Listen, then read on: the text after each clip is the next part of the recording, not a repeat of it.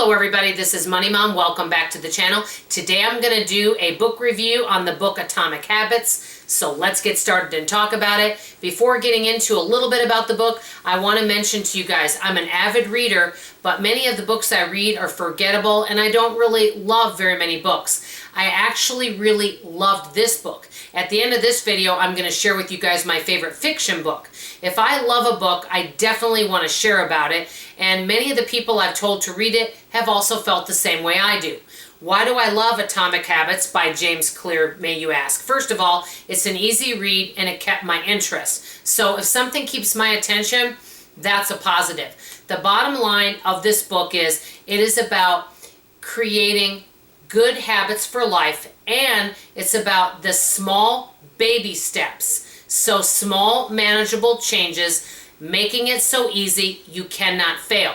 But the big things that James Clear talks about in his book, it isn't just about trying to create a new habit. It's basically about creating a new identity. And what do I mean by saying that? For example, our words are really powerful, and many times we're our own worst enemy. How many times have we heard people say, or maybe we've said ourselves, oh, I'm terrible at directions, or oh, I just can't learn anything new, or I don't have a good memory, I can't remember people's names, or I'm a terrible speller.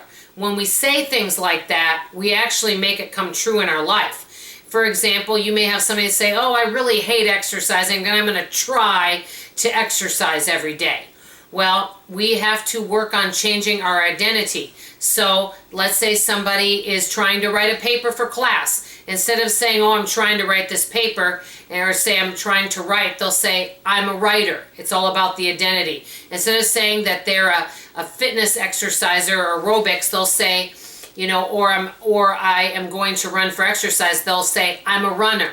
So it's about changing our identity. And that's all what this book is about. But the big thing is when it comes to creating wonderful good habits or getting rid of bad ones, it's all about creating a healthy environment and making it easy and enjoyable and something that we look forward to. Because many times when we're either trying to break a bad habit or create a new one, it's almost like we make it like a punishment. So say you do want to exercise more. It could be you just figure out you're going to take your shoes out that day and you put your shoes on. And if that may be the only thing you do that day. And then maybe the next day you put your shoes on and you decide you're going to walk for 1 minute. Then to make it fun, maybe you put on some great music, or you get together with a group of friends and you go walking with friends. And I've had some of you guys tell me that you walk with friends around the neighborhood, something like that. Or you say you need to lose weight, maybe you join a Facebook group of other people that are losing weight and you share recipes. So it's about creating good habits for life, but also making it a fun and enjoyable process. Being gracious and self-compassionate with yourself. That's another thing that James Clear talks about. Hey, if you mess up, you mess up. It's a learning experience. Learn from it. Figure out why. And the other things James talks about in this book is really digging deep and finding out why we do the things we do or why we don't do the things we do so that we are able to change it. And another good example would be, let's say you go every morning for that wonderful, delicious donut that you love and you drive right by a donut shop.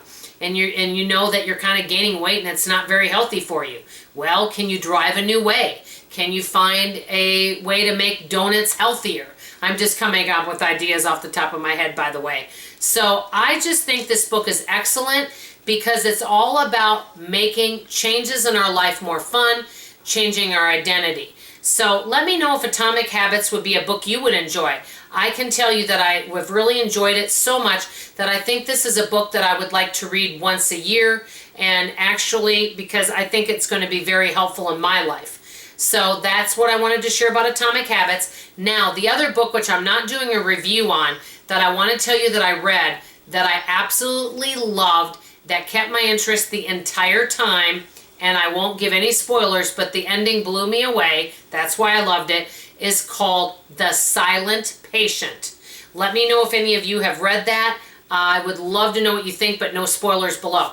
So I want to know, number one, name one of the best fiction books you've ever read. Share it below. Number two, one of your favorite self-help books. And have you read Atomic Habits? I hope you've enjoyed this video. I love you. I appreciate you. And like always, I'll see you on the next video. Bye-bye.